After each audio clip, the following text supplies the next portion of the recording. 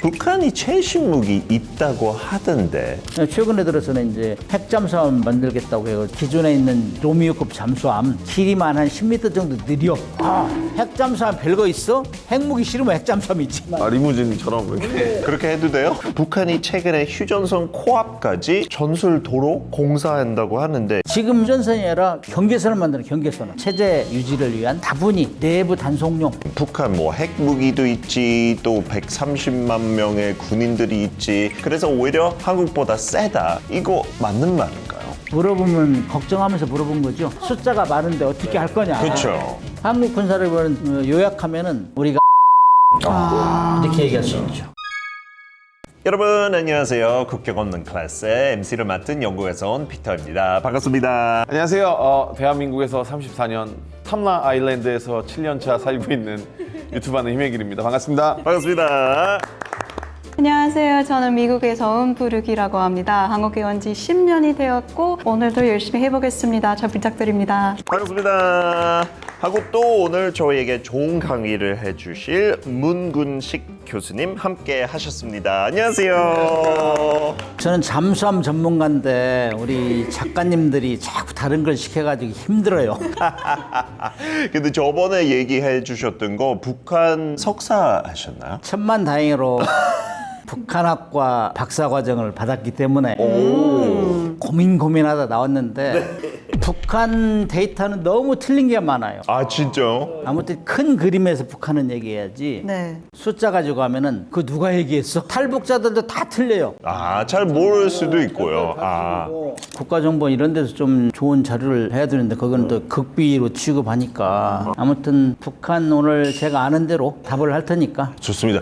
요즘 뉴스 보다가 조금 놀랬던 게 있었어요. 북한이 최근에 휴전선 코앞까지 전술도로 공사한다고 하는데 이게 사실이에요? TV에 볼 때는 사실인 것 같아요. 좀 답답한 것 중에 하나가 그든 이제 우리가 정권이 바뀌고 북한이나 남한이나 정권이 바뀌어도 지속적으로 얘기된 것이 하나가 통일이에요. 통일. 북한은 적화 통일, 우리는 평화 통일. 네. 한자만 틀려. 하나만 한자만. 정권마다 다 그거는 해왔어요. 우리의 소원은 통일을 했잖아요. 그런데 김정은이 제일 잘못한 것 중에 하나가 지금 이 두 국가를 적대 관계로 만들어버렸어. 헌법도 바꾸고 막 이렇게 하면서 통일된 조국을 물려주자. 이것이 저는 수없이 교육받아왔던 거고 머릿속에 남아있는 건데 그런 얘기가 이제 많이 시들어졌고 우리 국민들 중에서도 통일을 원하는 사람이 많지 않아요, 이제. 요즘 많이 약간 김정은이가 유럽에서 교육을 받았잖아요. 스위스에서. 그렇기 때문에 자기는 아버지, 할아버지보다는 좀 오픈하겠다. 이것이 처음에 시작할 때 이제 하나의 방향이었어요. 김정은이가 들으면서 좀 오픈하려고 했어요. 그러나 어느 정도 오픈하다 보니까는 이게 정말 아버지, 할아버지가 못하겠거든. 이 국제 제재도 뚫고 뭐 미국하고 회담도 한 2번 하고 이렇게 하면서 뭔가 돌파구를 찾으려고 했는데 안 됐잖아요. 그리고 결국엔 대화가 단절되니까 여기서 완전히 틀어진 거예요. 그래서 헌법을 고치면서 이건 남북한 이제 적대 관계다. 지금 휴전선에서 하는 일들이 완전히 휴전선이 아니라 경계선을 만드는 경계선을.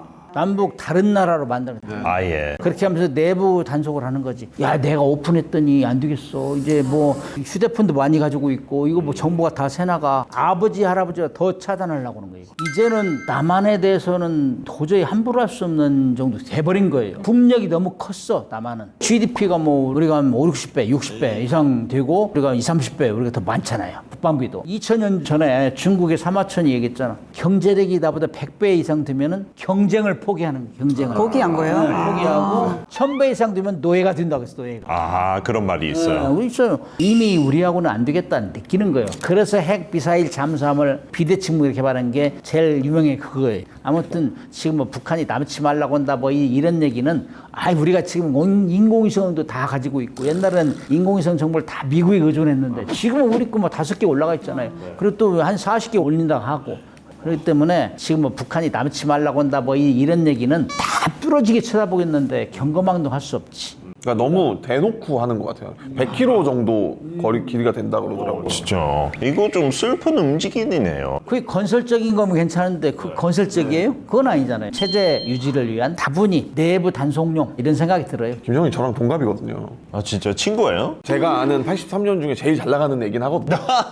유학도 갔다 오고 해서 좀 너른 마음에 좀 이렇게 좀 풀어갈 생각을 해야 되는데 너무 다시 후퇴하는 것 같아서. 저 초반에 진짜 희망 조금 있었잖아요. 그 트럼프 대통령 일기 때 하고 문재인이랑 뭐 대화할 것 같았는데 근데 아까 핵 얘기해서 그런데 해외에서 가끔 북한 뭐 핵무기도 있지 또 130만 명의 군인들이 있지 그래서 오히려 한국보다 세다 군사력을 따졌을 때 이거 맞는 말인가요? 숫자에서는 월등해요. 아 숫자에서 사실 뭐 병력으로 하면 130만 명이면 뭐 미국, 러시아, 중국, 인도 버금가는 4, 5위권이에요, 세계. 아 진짜 와 그런 큰 나라들이랑 근데 이제 가끔 이제 언론이나 탈북자들 증언을 통해서 보면은 뭐 군인 중에 대부분 뭐 어디 노동력 착취 뭐 아파트 건설하는 데 가고 농번기 가서 하고 뭐 이런 사람들이 대반이라는 얘기 들리고 김정은 호위 세력에 많이 동원되고 그다음에 이제 우리가 현역 시절 보면은 군의 수준은 훈련을 누가 많이 하느냐 그다음에 정신력이 누가 추천하느냐 이것이 결정적인 요소인데 훈련하는 게 별로 없어요. 아 진짜? 기름이 있어야 훈련하지 기름이. 아 비싸니까 옛날에 뭐 우리 연평해전 하고 그럴 때도 보면은 우리는 사격 통제 장치 가지고 드르륵 하면 나가잖아요. 뭐 연발로.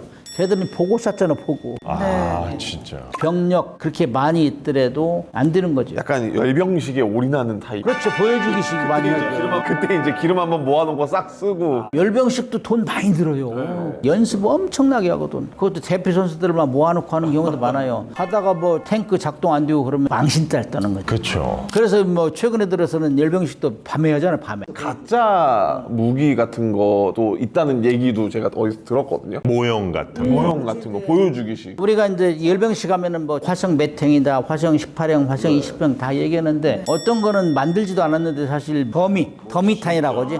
그걸 보여주는 게 제법 있어요. 아무튼 북한은 보여주기식. 나 살아있다. 나 건들지 마라. 나 핵무기 다 있어. 고도를 올려가지고 이 정도 고도 올라가면 미국 워싱턴까지 공격할 수 있는 거리야. 이런 걸 계속 보여주는 거죠. 근데 열병식 생중계 도중에도 어떤 탱키 고장나서 보여줬다고 하는데 이거 맞아요? 화면에도 나왔을 거예요. 저런 경우가 비일비재하기 때문에 자신감이 없는 거지. 그래서 이제 갈수록 잘 작동되는 거 정말 쓸만한 것만 이제 보여줘. 거기는 막 지시하면 끝나니까. 항공기나 함정 이런 것도 뭐 숫자는 월등히 많아요. 그러나 항공기 같은 경우는 돈이 많이 해야 되거든 사실. 그리고 러시아하고 관계도 최근에 들어서 틀어지는 바람에 최신 무기도 안 주고 기껏해야 미국 29 정도 그것도 뭐 60, 70년대 만든 비행기인데 숫자적으로는 많다. 근데 실제로 어느 정도 컨디션인지 잘 확인이 안 되고 훈련 상황 보면 알아요. 10여 년 전인가 김정은이가 항공기 모형 가지고 나와서 이렇게 하는 거 있잖아. 본 적 있습니다. 그거를 뭐라고 하는지 알아요? 도보 비행 훈련 그랬어. 도보 비행 훈련. 그렇게 하면서 김정은이가 한 말을 했어요. 정신력만 투철하면 계란으로 바위를 때린다 그랬어. 계란으로 정신력만 중요하다. 그러니까 인정을 하는 거지. 우리 세력이 막강하다는 걸 인정하는 거지. 북한이 최신 무기 있다고 하던데 그게 사실인가요? 아니면 최신 무기 어떤 거 있어요? 북한 쪽에요? 북한의 최신 무기라 하면 지상 무기 같은 경우는 최신 무기라고 해봤자 옛날 T-60 이런 거 성능 개량한 거 뭐 이런 정도고 자주포도 우리하고 비교할 경우 대수도 적고 그다음에 발사 탄수도 적고 네. 북한이 잘하는 건 미사일밖에 없어요. 미사일은 인정해요. 미사일은 우리가 인정한다. 우리보다 훨씬 수요도 많고 종류도 많아요. 러시아하고 비슷하다고 종류가 다양하고 대륙간 탄도탄부터 시작해가지고 단거리 탄도탄, 중거리 탄도탄, 그다음에 활공탄 그 골고루 다 가지고 있어요. 그 정도로 하려면은 시험 발사를 엄청나게 해야 되거든. 최근에 들어서는 이제 핵잠수함 만들겠다고 해요. 작년에 3월 9일하고 12월 5일 날 핵잠수함 현장을 김정은이 방문했잖아요. 네. 거기다가 이제 핵미사일까지 탑재해버리면 미국은 심대한 위협이 드는 거죠. 그래서 우리한테 핵잠수함 건조하는 걸 도와주려고 하는 거예요. 근데 이제 그 전에 북한의 핵무기를 소형화 경량해서 핵잠수함에 실려고 했는데 국제 제재, 미국의 제재 이 단절되니까 부속품을 들여주기도 힘들고 그다음에 돈도 없고 코로나에 수재 이러니까 진도가 안 나갔어요. 그러니까 김정은이 확 버럭해가지고 야 북극성 1형, 3형, 5형 다 만들어놨는데 그걸 빨리 핵잠수함에 집어내야 될 거 아니야. 다그치니까 핵잠수함 만들기엔 사실 쉽지 않아요. 원자로도 만들고 뭐 이래야 되니까 야 그러면은 기존에 있는 로미오급 잠수함 그거 개조해. 길이만 한 10m 정도 느려. 그래가지고 만든 게 2024년 9월 6일 날 진수시킨 김군옥 영웅함이에요. 잘라서 이렇게 늘린 거예요? 아 리무진처럼 이렇게. 그렇게 해도 돼요? 원래 잠수함은 장폭비라 길이와 폭이 9대 1 정도 돼야 현대 잠수함 물속에서 기동성이 뛰어나다는데 폭은 그대로 놔도 길이만 늘렸거든. 근데 2024년 9월 6일 날 진수하면서 막 김정은이가 핵잠수함 별거 있어? 핵무기 싫으면 핵잠수함이지.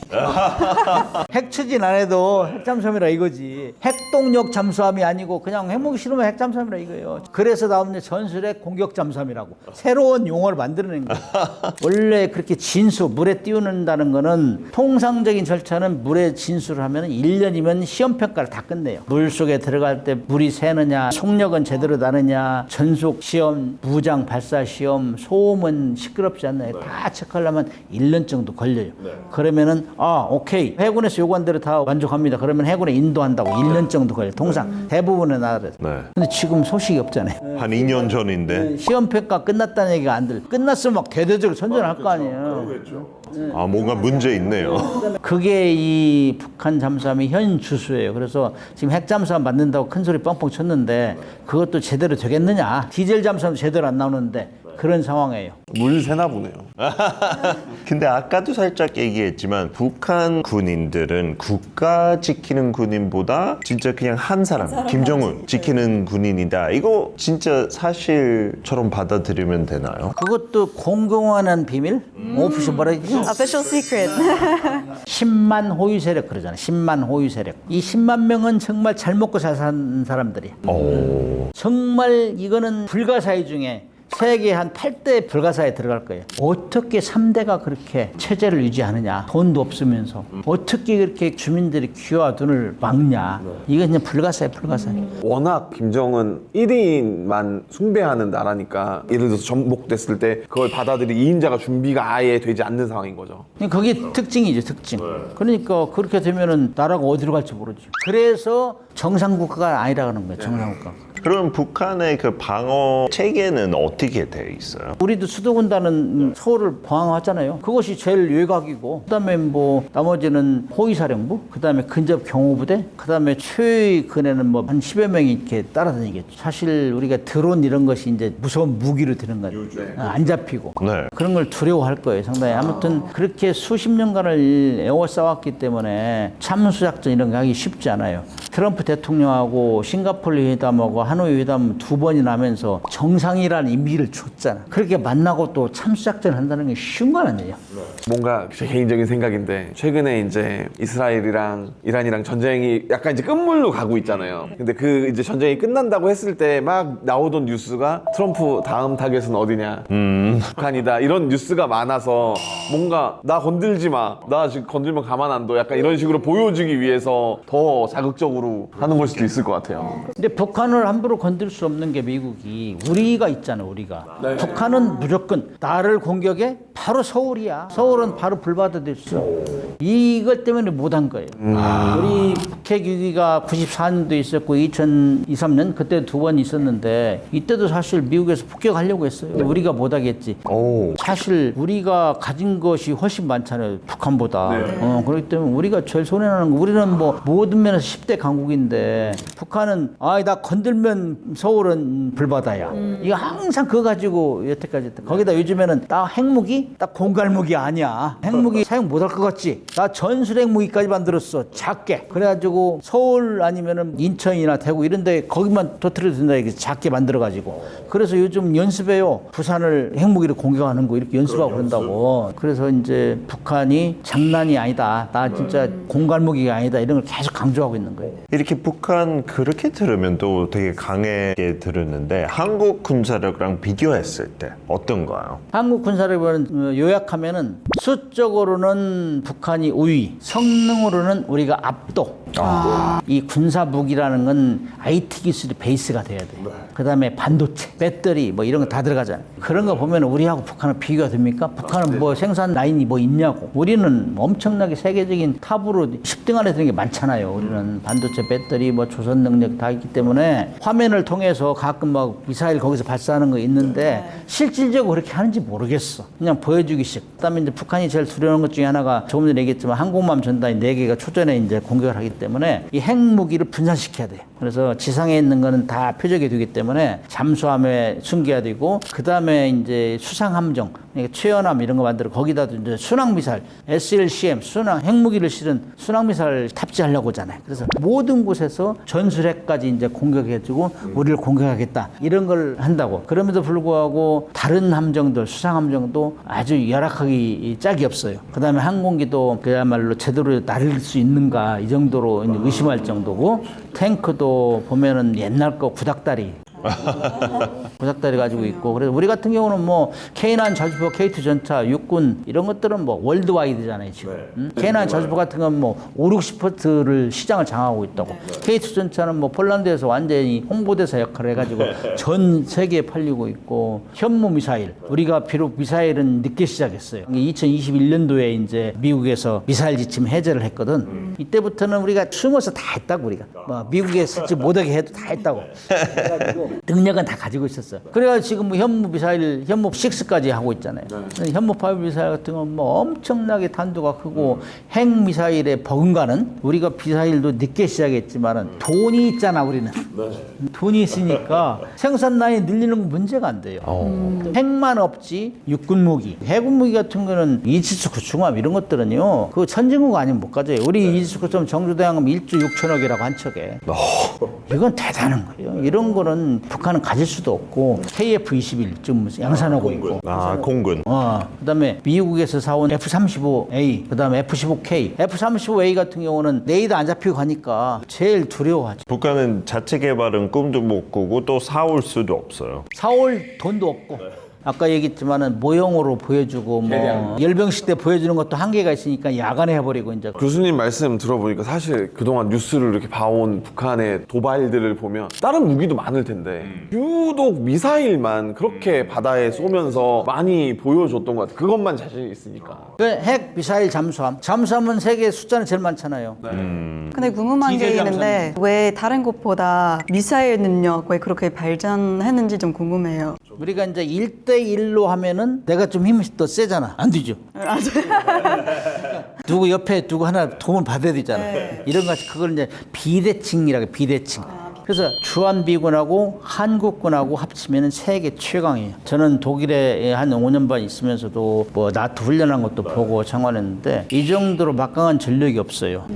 모든 이걸 두려워하는 거예요. 두려워하는 거. 저기는 돈도 있어. 정말 제일 싫어하는 미제까지 있어. 그러니까 안 돼. 그래서 미사일 있잖아. 핵 미사일. 멀리서 그냥 쏘고. 잠수함. 일단 뭐 디젤 잠수함이라도 물속에 들어가면 찾아내기 힘들거든. 그걸 만들자. 그래 핵 미사일 잠수함 탑으로 간 거예요. 그래서 자기들은 뭐 강대국이라고 생각해. 군사 강국. 그래서 그러니까 미국한테 하노이로 오시오. 싱가포르로 오시오. 이거는 핵이 있기 때문에 핵이. 그래서 우리에 비하면 비대칭 무기로 가장 성공한 케이스가 핵 미사일 잠수함이에요. 그러면 한국 전쟁이 일어나면 안 되지만 또 다시 일어난다? 그럼 어떻게 될 것 같아요? 지금까지 설명한 거 보면은 우리가 능력이 출중하잖아요. 그렇죠. 그다음에 이제 우리가 과거에 약점으로 얘기했던 것 중에 하나가 감시 정찰 능력이에요. 감시야. 공중에서 다 보고 있어야 되거든. 싸움을 하려면은 브룩시가 어떤 상황인지 누구 같이 있는지 어디 숨어서 나를 공격할지 해야 될 거 아니야. 보고 있어야 돼요. 먼저 보고 먼저 쏘고 작사를 내버려야 되잖아. 응? 그렇게 했는데 우리가 그동안은 미군한테 굉장히 의존했던 게 감시 정찰 능력이에요. 근데 그걸 우리가 서서히 독립하고 있어. 그다음에 인공위성도 정찰도 이미 5개 쐈고, 그다음에 백두 정찰, 글로벌 호크. 우리 정찰 능력이 엄청 발전됐어요. 그다음에 이제 군집 위성까지 쏠 거거든, 한 40여 개를. 그렇게 되면 뚫어지기 바라보고, 뚫어지기 바라보고 있기 때문에 북한의 동태를 살피고 여차하면은 먼저 공격하겠다. 이게 이제 킬체인이야, 킬체인. 좀 무섭게 들려요. 근데 군사력은 그래서 가지고 있는 능력도 중요하지만 알리는 능력이 중요해요. 나를 함부로 건드면 작살난다는 걸 알려줘야 돼. 그 다음에 우리가 퍼부어야지. 2009년도에 우리가 연평해전 일어났을 때, 연평도 포기했을 때 진짜 우리가 많이 참았지. 그때 완전 들어부었어야 되는데, 응? 완전 절대 안 했어야 되는데 앞으로는 그렇게 안 하겠다 이거지. 일단 미사일 능력도 너희들이 앞섰지만은 우리가 더 정밀하게 지금 개발하고 있고, 북한은 러시아하고 중국 거를 베이스로 했어. 우리는 미국 것도 베이스로 하고 러시아 것도 베이스로 했다고. 우리는 양쪽을 다 알아요. 우리는 그냥 취사 선택을 한 거지. 우리는 북한이 이제 옛날부터 해왔던 전략이 뭐냐면은 속전속결, 기습 공격, 전후방 동시 교란, 동시 배합 전력, 이거예요. 3가지. 근데 이것이 잘 안 맞아. 왜? 우리가 다 보고 있거든. 이건 안 볼 때 할 수 있는 거든. 이거 다 보고 있으니까 이제 어려운 거예요. 그러니까 계속 바리케이드 칠 수밖에 없어. 왜 이런 전략을 택하냐면 미군이 막 대량으로 지원하기 전에 빨리 끝내자 이거지. 잠수함이 우리가 없을 때는 잠수함 풀으면 돼. 옛날 2015년도에 DMZ 이제 그 목함지리 사건 벌어졌잖아요. 그때 북한에서 선전했다고 50척 잠수함을 풀었다고 그랬다고. 50척 잠수함 풀으니까 막 나한테 전화오고 그러더라고. 저 육군 해안 경비대에서 어떻게 식별해야 되냐, 잠수함 들어온다는데 그런 얘기 한 적이 있어요. 그 정도로 위협적이라고. 근데 그걸 50척을 한 번에 풀으면 지휘가 안 되거든. 그냥 뻥을 치는 거지, 뻥을. 그런 것도 우리가 잠수함 없을 때는 통했는데 이제 잠수함을 가지고 있잖아. 그래서 우리가 먼 상황이 하면 조선 한창호 같은 건 안 들키고 먼저 가서 딱 기다리고 있다가, 그다음에 핵잠수함 우리 만들면 성능이 뛰어나니까 기다리고 있다 못 나오게 하는 거지. 그래서 먼저 보고 먼저 쏘고 격침시키고 이런 전략을 할 수 있는 만큼 우리 능력이 신장됐다. 물어보면 걱정하면서 물어본 거죠. 네. 숫자가 많은데 어떻게 할 거냐. 그렇죠. 근데 안심이 많이 됐네요. 숫자 가지고는 해결하는 시기는 이미 지났어. 우리가 이제 까막눈일 때 가깝했지. 현역 때는 초전 대응 시나리오가 있었다고. 북한이 뭐 예를 들어가지 임진각으로 들어오고 동해 쪽으로 들어오고 서해 NLL 쪽으로 들어오면 어떻게 할 거냐. 동시다발적으로 들어오는데 우리는 그냥 약속한 대로 나가는 거야. 약속한 대로. 왜? 뭐 정보가 별로 없으니까. 그런데 지금은 먼저 보고 걔들 움직이는 동태를 보고 우리가 대처할 수 있으니까. 거기다가 이제 미군하고 연합 정찰 능력, 감시 정찰력은 세계 최고 수준이에요. 그래서 미국하고 싸우지 않고 잘 지내야 돼. 잘 지냅시다. 잘 지냅시다. 근데 북한은 당연히 군사력을 무서워할 수 있는데, 대한민국의 군사력. 근데 그 외에도 무서운 거 있다던데, 그 참수 작전? 이거는 어떤 거예요? 궁금해요. 그거는 뭐 쉬운 말로 목을 딴다. 그게 참수작전 아니에요? 옛날에 트럼프 일기 때부터 말 많았잖아요. 그 트럼프 대통령이 블라디노우스 해가지고 코피 작전을 한다. 뭐 김정은이는 트럼프 대통령 늑다리 인간이 뭐 떠든다. 뭐 엄청 말싸움하고, 그때 나온 얘기 중에 하나가 너 정말 말 안 들으면 모가지 딸 거야.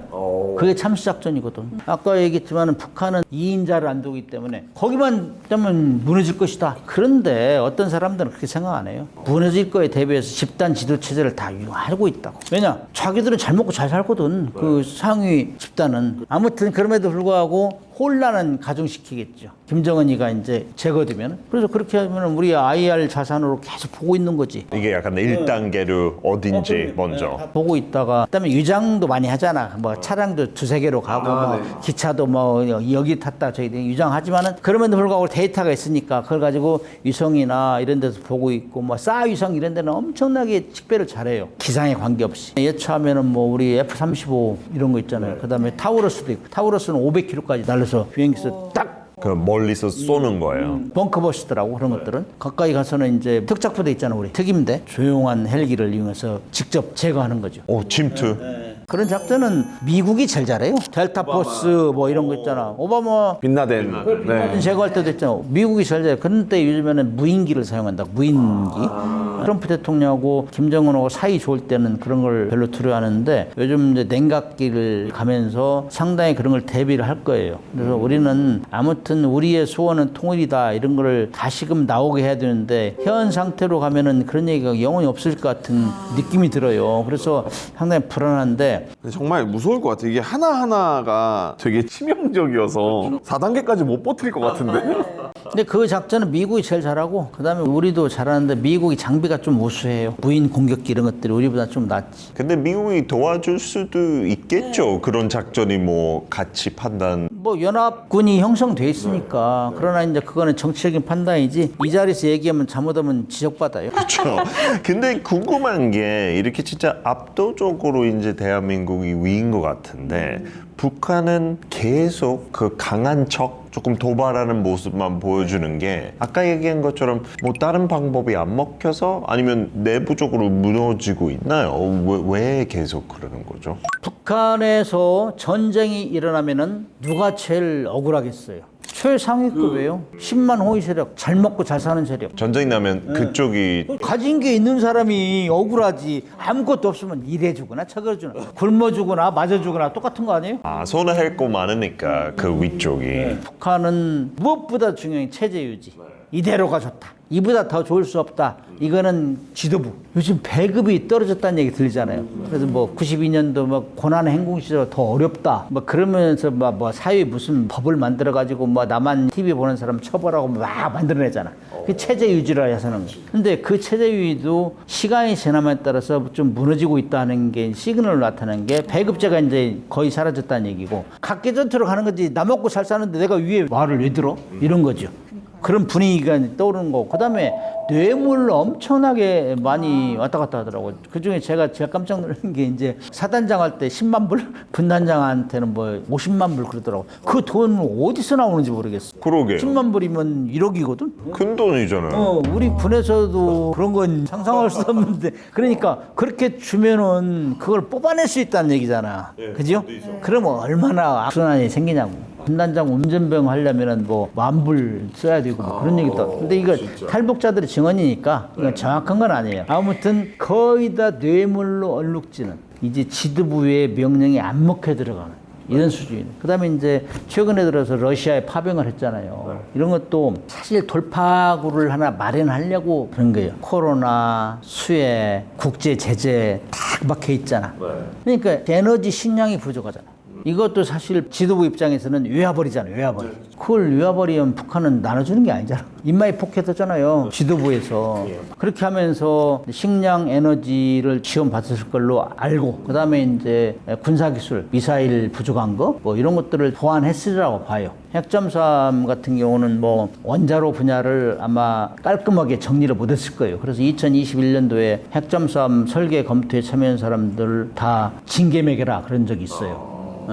그래서 진도가 안 나갔다고. 그래서 아마 그런 것들은 러시아의 기술자들을 불러가지고 이렇게 이제 지도를 받게 검증을 받는. 북한 같은 경우는 미사일 능력도 러시아가 무너지면서 엄청나게 그 기술자들을 유입을 했어요. 아, 러시아에서? 러시아는 돈 주면 다 해결한다고. 초코파이 뭐 이런 거 주면 막 다 퍼주잖아. 그래서 많이 넘어왔어요. 그래서 미사일 기술이 엄청나게 급속도로 발전한 거예요. 오늘은 진짜 북한의 도발까지 왜 그러는지 알아보고 또 우크라이나에 왜 그렇게 많은 병력을 보냈는지 얘기도 나왔는데 참수 작전도 생각보다 되게 무섭고 위협적이고 북한 입장에서 이제 그냥 반 포기한 것 같아요. 얘기 들어보니까 약간 싸움이 그 수준이 조금 안 되는데 두 분은 어떠셨어요?